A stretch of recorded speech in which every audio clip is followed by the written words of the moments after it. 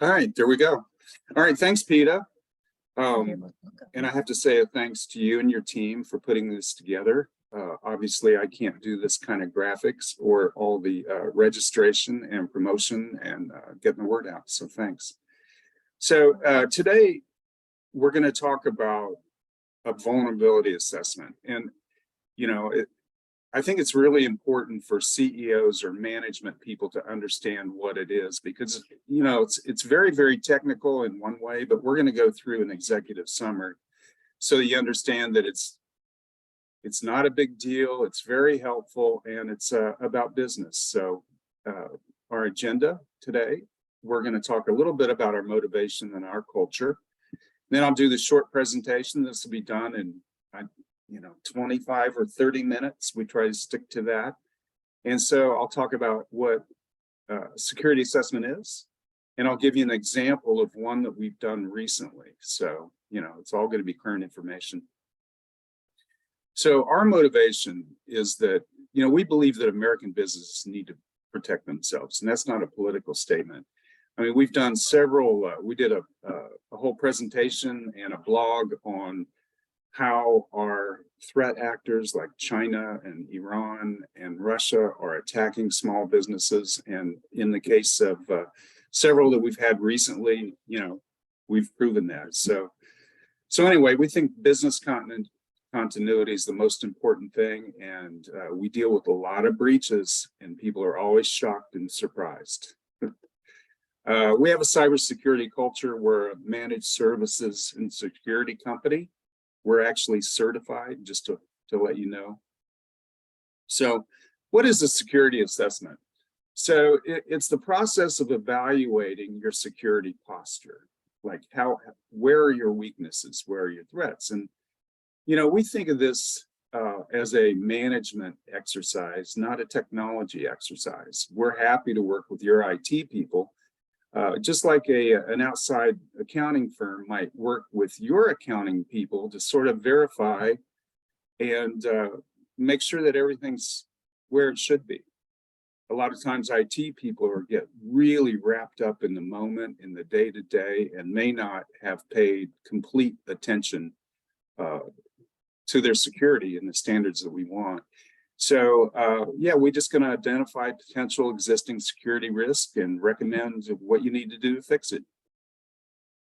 So what's it involve? It's a review of the network infrastructure, all your gear, wires, connections, and all that kind of stuff. Your policies and procedures too, that's really important. That's where we really focus to make sure that, you know, you've got the right password structure, that you manage people, that you don't have, you know, ex-employees in your network. And so it's both a technical and a management procedure. So what do you get out of it? Well, you get an executive summary. I'm going to go through one. You get recommendations of remediation, you know, if we find things, and we always do. And then you'll get a pound of reports. Actually, it's a PDF, so I guess it doesn't weigh anything, but many pages, you know, that we review to come up with the executive summary. So how often should you do a network assessment? You know, it's like that old adage about, you know, when's the best time to plant a tree? Well, it's 30 years ago. The second best time to plant a tree is today. So it's the same thing with a network assessment. You know, if you haven't done one, you need to do one right away. And then you do them periodically. We do ours quarterly for our clients, because you assess, you remediate, you assess, you remediate. So you're constantly, you know, on guard and up to date. And then depending on the size, you know, like this is a small network that we're going to take a look at today. You know, quarterly is good until you get really set. And then if you want, you can back off to maybe, you know, twice a year. So this is the assessment report I'm going to go through for a company, fictitious company, Central Construction. However, the company, this is a real company. We just didn't want to use their name and their logo, and so we just swapped that out. So this is a real assessment report. This, as I said, is the executive summary. So this is what we talk about in a management meeting. You know, we can have many more meetings with IT people to dig into the details, but that's not the purpose of this. You know, we think that CEOs should take control of their cybersecurity by doing this type of an assessment. So we're going to do a risk identification, you know, all of your assets, and all these things are done with automated tools with my super engineers taking a look at the results. So this isn't a lengthy process. You know, we can do these, you know, in days, you know, probably hours, but we let them run for a while just because you get more data as you move on. Then we'll do a risk analysis, the uncertainties, the events, anything that we see is going on. And then we do an evaluation. And you can do nothing, or you can do what we recommend, or a subset of what we recommend. That's entirely up to you and the resources you have in your IT staff. So I know this is kind of hard to read, probably. I don't know, Peter, can you see this? I can if I get real close to the screen. Yeah, the point isn't to look at all the boxes, and I'm happy to send this deck, you know, if you really want to look into it. But these are the kind of things that we look at, and you can see that there are many of them on here, and it's you know, all the different things that we look at, and then we look at your network, your business, and you may have other things that are important. So this is kind of a generic list, and this is the list that we came up for with this client. So there are many, many things that we look at. That's the point of this slide. Okay, and having looked at everything, here are the things that we decided we needed to focus on. So, and this is different for every company, like I said, but this is a small network.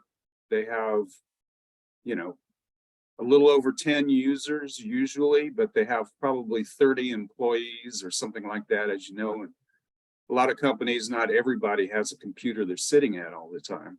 So the first thing you look at is Active Directory. I'll go through that. And for those who don't know, Active Directory is the database, user database for Microsoft. So that's where you put in all of your users, you know, their security settings, where their password is, all that kind of thing.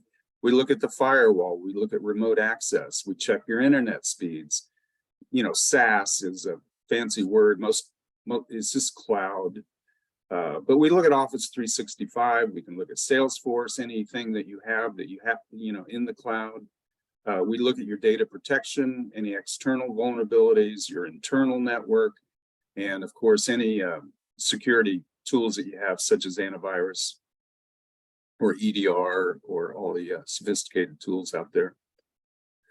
Okay, so first we start off with a score. This company got a D-, which is pretty common, you know, because everybody's probably in pretty good shape, but they have some glaring things that are wrong. And so most, I think you'll find here, is that they don't have anything that we call critical. So that's good. They have a lot of serious things, but nothing really critical. So as we go through the executive risk, we'll just run down these things. So we found 19, you know, computers and printers and all those kinds of things. We had 11 enabled computers. We find they have no computers where the password isn't required. So we look at all these different things, like, you know, they have empty groups. That means that no one has gone in and configured back their Active Directory, their server, to eliminate groups. And groups are dangerous because that gives rights to a bunch of people. So if someone gets into a group, like your admin group, you know, you wouldn't want anybody in there. So they look actually pretty good. But you notice they have users who haven't logged in for 30 days. That's like, who are these people? They're probably ex-employees, and that's one of the common things we find. And is that ex-employees are not purged from the system or disabled from the system. In fact, we had a report in a breach that we had, which it was an ex-employee who was getting in through a VPN. So, you know, it's very dangerous to have users who are no longer with the company. So here's kind of the summary here. Critical, they had 0. That's really good. They had 76 high, and I think what you'll find out is that no one was proactively managing the patching on their server. So that'll generate tons of weaknesses. And then some medium and even one that was low. So the Active Directory is, again, they had 17 users with 11 computers. So that kind of raises a red flag, like, you know, what's going on here? And like I said, they have way too many groups for that many people. And organizational units, I won't go into that, but they have 2 of those, which isn't bad. So here's the D-. So if you look here, it's all based on their server. And this is pretty typical. Even though they're in Office 365, they have an on-site server. And the reason is that they have construction software, which isn't in the cloud, so it runs on that server. So what happens is people kind of ignore their server maintenance for a while. So all of these things were pretty critical. So that's the bulk of what they had going on. Again, you can see that they had people who haven't logged in for 90+ days. Obviously, we don't want that. And so, but everything else was pretty good. Their passwords were a little weak and they didn't have a policy. People didn't have to, you know, change their passwords, things like that. And so we really look at the users. There's a lot of danger with the users. As you know, most cyber crimes are, you know, people who click or people who do things that they shouldn't do, people who have access to things they shouldn't have access to. So again, 17 users, but 11 computers, red flag. All right, so here's kind of the summary. And we would go through this with the executive team. So, you know, I won't read every single one of these, but, you know, the password policy, you know, 7 characters, not fancy. They're not proactively managed. The Active Directory, like I said, they have old users on there. They have 3 people who are just everyday users in the office who have admin rights. You know, you can imagine that that's not good. So you need to have an admin password that nobody uses, even if they have admin access. And so passwords don't expire. The patches aren't being managed, but they're not too far behind except on the server. And no screen lock, you know, you should, you know, if you get away from your computer, obviously it needs a lock. Also, you know, my guys said they have no firewall. Well, they really did, but it was kind of the firewall you get with your internet connection. You know, it's about the size of a paperback, dusty, old, you know, so we recommended that they get a real firewall in there. They don't have much remote access. Antivirus was installed, but not centrally managed, which means that, you know, we couldn't see, we had to go in individually to see, you know, who was up to date, who wasn't. If that's centrally managed, then you can go into one screen and see where everybody's at and force updates, etc.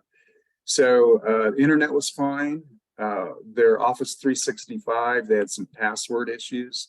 And then, you know, and they, and I'll explain that in a second, they didn't have multi-factor authentication. And so that was a problem. So this company had about $30,000 attempted to be stolen. And that's when they called us. So it happened 3 times. And the reason it happened is because the hackers not only had, you know, access to their network to watch what was going on, but they had cracked into their Office 365 email.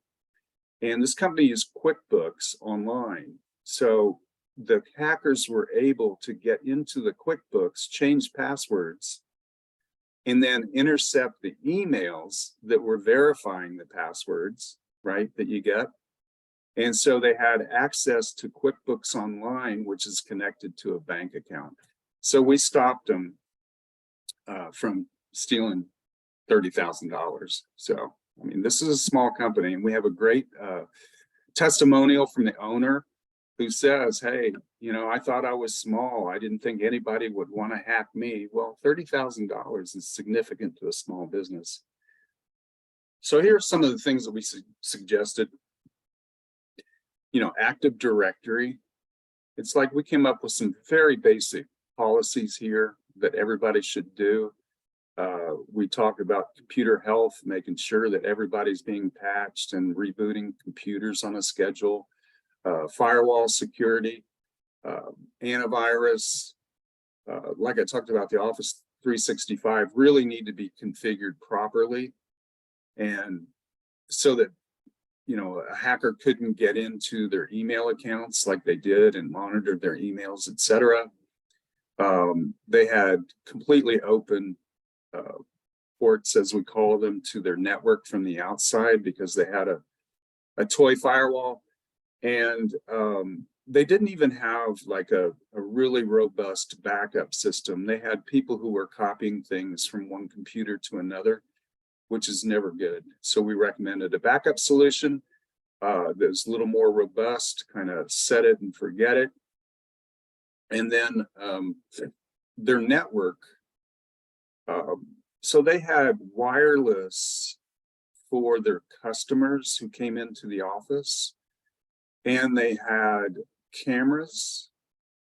And so all of these were on the same network, which means that the hackers could literally watch their camera system. And so, you know, we separate those things so they're not on the same network, which is really important. Obviously, you don't want your, you know, people sitting in your lobby having access to all of your stuff. And that was very possible in this situation. So those are the kind of things that we go through. We give them a remediation plan, and takes, you know, time. You don't want to get too disruptive when you start doing these things. You've got some employee education to deal with. And so they're all squared away now and almost due for their second quarterly assessment. So here are the key takeaways here. You know, the assessment identifies a potential for risks, you know, and this is a business thing, not an IT thing. You know, IT people shouldn't be in charge of determining the acceptable risk for a company. It reviews network infrastructure, procedures as well, and it provides an executive summary.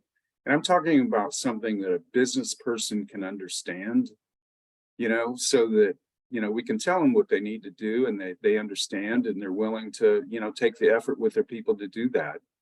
You know, in this case, the, you know, potential loss of $30,000 gets everybody's attention. But there's so many companies out there that should just do this and feel better about it, you know, and feel like they're protected. And like I said, you should do an assessment immediately. And if everybody's wondering, boy, how much does this cost? On this small network was, you know, well under $1,500. And like I said, it takes about, you know, a week between the time that we get started remotely, completely remote, and, you know, then schedule a meeting out about a week, and you're going to be secure. So $1,500 is inexpensive compared to the $30,000 they almost lost. So that's it. And that's about as fast as I've ever gone through one of these. Does anybody have any questions, Peter?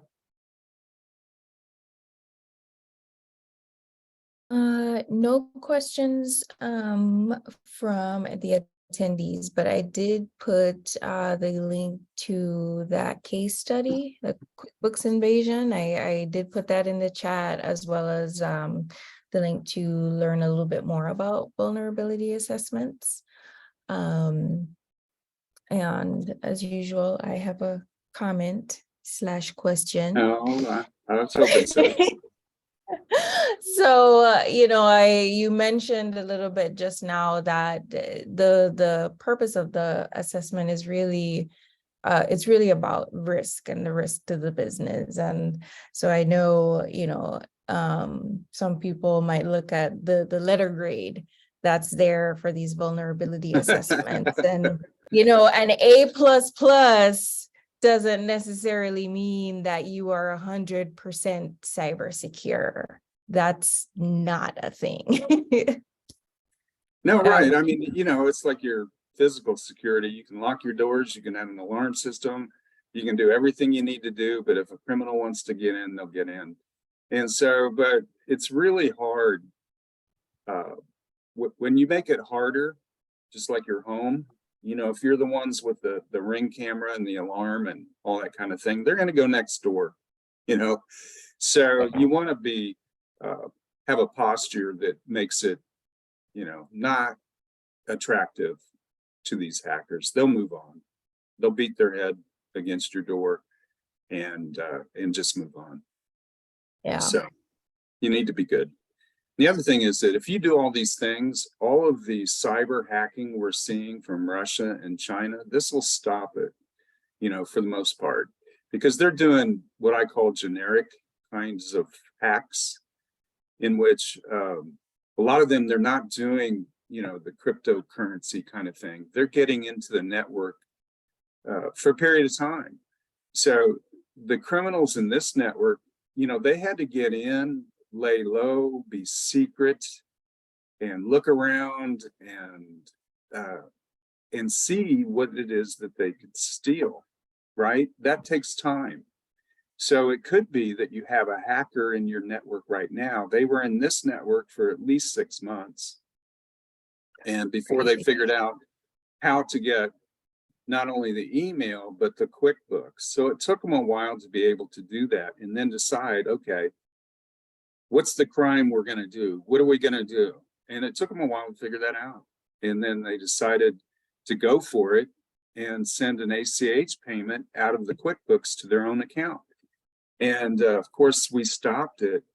But and initially, and we have a whole presentation and a blog on this if you want to look at it, but it was stopped because it was $30,000 was an unusual amount of money for them to send out. So it was stopped by the QuickBooks fraud department automatically. Mm-hmm. And that's when they called us in. So, you know, well, actually, then they tried again and they tried again and then they called us in. But so, you know, the point is that you may have crooks in there now, and they're just kind of snooping around trying to decide what it is that they can steal. So in this case, had they not called us in and we locked it down, those criminals probably would have started figuring out that, you know, hey, let's not try $30,000. Let's try like $3,000 twice a week, you know? Mm-hmm. And so they would have eventually figured out how to get money out of this deal. So even though with the fraud alerts, so, you know, it's good that they called us and it's good that we caught them. But if you want any more details on that situation, we've well documented it. You know, we've had several breaches we've dealt with. This was an easy one. We've had much harder. We have another ACH that was in the thousands and thousands of dollars. And so, and that one was really interesting and really complex. But this is, you know, what you can do as a small business. You know, I think it's affordable and it'll give you peace of mind. Yeah. So. All right. Well, I put, you know, all those resources that we talked about. I did go ahead and put those in the chat. So this story is linked there. The blog, the CIS blog that has, you know, multiple other stories, and also the webinar library. And I am going to put Brian's email, SMIS, just in case anybody wants to reach out to Brian. And, you know, look out for follow-up. Let me go ahead and stop the recording.